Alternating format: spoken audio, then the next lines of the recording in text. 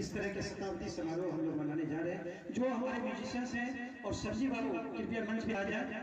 और मैं आपकी खामोशी को देखकर कहना चाहूंगा,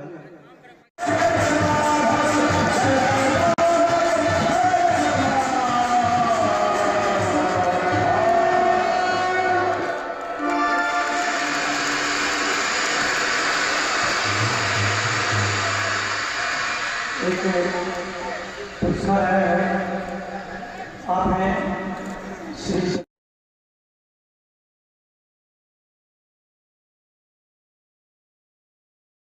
से जुड़े हुए सभी जानते हैं। इस प्रकार से अनुरोध है, इसलिए उनसे अनुरोध कर रहा हूँ। हमारे मंत्री भी उनको सुनना चाहते हैं, इसलिए वे आवे। वो तो बोलना नहीं चाह रहे थे, वो आवे और अपनी बात करें।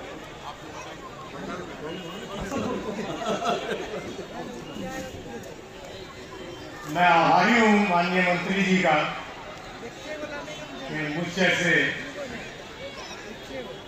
साधारण कार्यकर्ता के लिए आप उतरे हैं। मैं आभारी हूँ जयप्रकाश जी का, दिलीप जी का। अमूमन ये शिकायत रहती है, क्षमा मांग रहा हूँ अध्यक्ष महोदय को बाईपास कर दिया कि नेता लोग अपनी सुना के चले जाते हैं और कार्यकर्ताओं की सुनते नहीं। तो वो शिकायत आज आपने दूर की। आप तीनों अभिनंदन के पात्र हैं। मैं आप सामने बैठे हुए सभी साथियों का भी अभिनंदन करता हूं, सभी बहनों का अभिनंदन करता हूं कि वो सीरियसली यज्ञ में आए, क्योंकि ये सभा कोई सभा ही मामूली नहीं थी। जो 1924 में हमारे पूर्वजों ने एक ज्योत जलाई थी, एक यज्ञ शुरू किया था अखिल भारतवर्षीय यादव महासभा के नाम से, ये उसमें आप सबकी एक आहुति है। आप जो आए हैं, आप सब उस पुण्य के भागी बन रहे हैं। मैं भी सिर्फ एक आहुति देने आया हूँ कि मैं इस संस्था में बतौर महासचिव बहुत लंबे समय जुड़ा रहा। अब मुझे वाइस प्रेसिडेंट बनाया गया। मैं छोड़ना नहीं चाहता था, लेकिन हमारे राष्ट्रीय अध्यक्ष ने मुझे रोका। मेरा ये मानना है कि ये एक निरंतर प्रक्रिया है यादव महासभा, और ये मेरा सौभाग्य है कि मैं रुका और इसके शताब्दी समारोह की आयोजन की मेरे दिमाग में रूपरेखा उत्पन्न हुई। मैं यादव इतिहास पर नजर डाल रहा था अपने, मेरे कार्यकाल में ही एक फ्लाइट लेफ्टिनेंट रामलाल आनंद हुआ करते थे, रिटायर हुए इलाहाबाद से।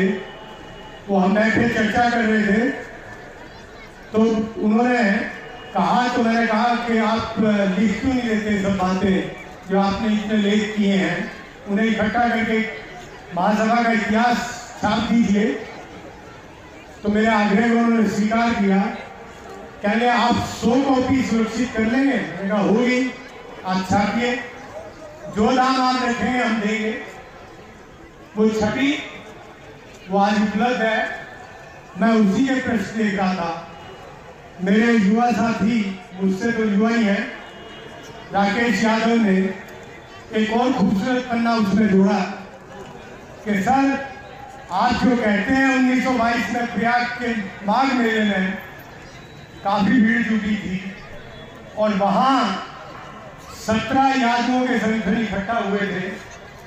उन 17 यादवी संगठनों ने ये संकल्प लिया कि अब ये ग्वाल, गोप, घोष, ग्वल्ली, अहीर, ग्वाल, ये सब नाम हम अपनी पहचान आज यहाँ गंगा में बहा के जाएंगे। और हम अगले वर्ष बिहार में जो राजा राम मोहन लाल की धरती है, वहां जाकर एक यादवों के नाम से केवल एक संस्था पूरे हिंदुस्तान की स्थापित करें और उसका नाम अखिल भारत वंशीय यादव महासभा उसी दिन निर्धारित हुआ और उस निर्धारण का 1922 के 1924 में संकल्प पूरा हुआ और 1922 का जो इतना भीड़ वहाँ इकट्ठी हुई थी उसके पीछे एक बड़ा खूबसूरत कारण है, बड़ा महत्वपूर्ण कारण है जो उस इतिहास में वर्णित होने से छूट गया कि उसी वर्ष चौरी चौरा कांड के भगवान अहीम जो थे उनके लिए वो पुलिस की लाठियों की जाति के शिकार हुए थे। उनका स्मारक आज भी गोरखपुर में चौरी चौरा में लगा हुआ है। उसका गुस्सा लोगों में बहुत था और उस गुस्से का इजहार करने के लिए भी वो माघ मेला में गंगा किनारे प्रयागराज में इकट्ठा हुए थे। तो ये महत्वपूर्ण दस्तावेज है, आजादी के आंदोलन से उपजी है ये कथा, महाभारत के गठन की। बद्री अहीम ने चंपारण में गांधी जी का साथ दिया, वो उनके साथ साउथ अफ्रीका तक चले गए। तो ऐसी गौरवशाली समाज के हम हिस्सा हैं, उस गौरव को हम बचाने के लिए आज सब प्रयासरत हैं। हमने काफी अध्ययन के बाद महासभा, जैसा ब्रिगेडियर साहब ने बताया, 1916 का भी प्रस्ताव है। उसके बाद महासभा का 24 का भी प्रस्ताव है। फिर उसके बाद प्रत्यक्ष रूप से महासभा मैदान में दिल्ली में 1967 में उतरी चौधरी दीपचंद जी के नेतृत्व में।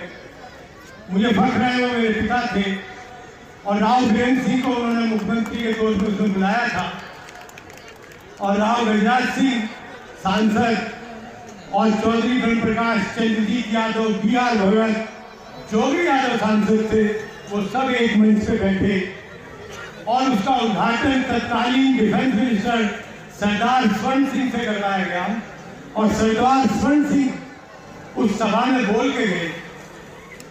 अरे मैं तो समझा नहीं, पंजाबी में बोला था उन्होंने, मैं तो सोचा ही नहीं था इन्हों का इतना बड़ा संगठन है और इन्हों की रेजिमेंट भी है।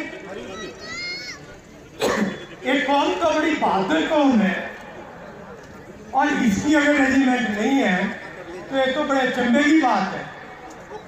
और तुसी सारे आके इंदिरा जी में मिलो प्राइम मिनिस्टर में और हम आपका साथ देंगे, ये रेजिमेंट बननी चाहिए। तो ऐसे उद्गार थे और आज भी ये मुहिम चल रही है। मंत्री जी, जाट, ब्राह्मण, हरियाणा का जो भी जाति है वो सब हमारे साथ हो गए। राज्यपाल सत्यपाल ने राज्यपाल रहते हुए इस मुहिम के अपना समर्थन दिया। तो एक नया मौका है। मेरा आपसे अनुरोध था कि आप ना भी रखें, सत्तारूढ़ दल से है, जयप्रकाश जी प्रस्ताव रखते, दिलीप जी करते, जैसे जातिगत जनगणना में बिहार ने पहल की है, तो अही रेजिमेंट के लिए असेंबली क्यों ना पहल करते और हम एक सार्थक निर्णय भूमि से लेके जाए। आप लोगों के सहयोग के बिना ये पूरी नहीं होगी।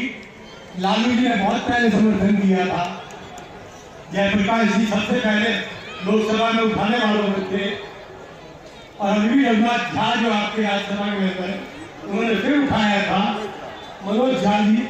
हम सब आभारी हैं राजनीति के कि हमारी आवाज बुलंद हुई। उसी की वजह है कि अखिलेश जी हमारे पास रायपुर आए थे तो उन्होंने, मैंने मांग की थी, उन्होंने वहां अनाउंस किया कि हमारे समाजवादी पार्टी के घोषणा पत्र में अही रेजिमेंट को शामिल किया जाएगा और वो आज तक शामिल है। इस बात पे उनकी आलोचना भी, अखबार वालों ने आलोचना की, उन्होंने उस आलोचना को झेला लेकिन वो पीछे नहीं हटे। ये स्टैंड हम सबको लेना पड़ेगा, तभी आंदोलन कामयाब होगा। हमने ब्रिगेडियर साहब की नेतृत्व में शहादत यात्रा चलाई है, मेरा सभी युवाओं से आह्वान है कि रूठने की, नाराजगी की रवायत छोड़ दें कि हमें कम महत्व मिल रहा है, ज्यादा उन्हें मिल रहा है। साथियों, जो नाराज होते हैं उस नाराजगी का ऊर्जा अपने सकारात्मक काम में खर्च करो। आपको सामाजिक काम में नाराजगी का कोई स्थान नहीं है। अगर आप वो छोड़ेंगे तो आप कामयाब होंगे, और आप नहीं छोड़ेंगे तो आपके दूसरे साथी आपकी जगह ले लेंगे।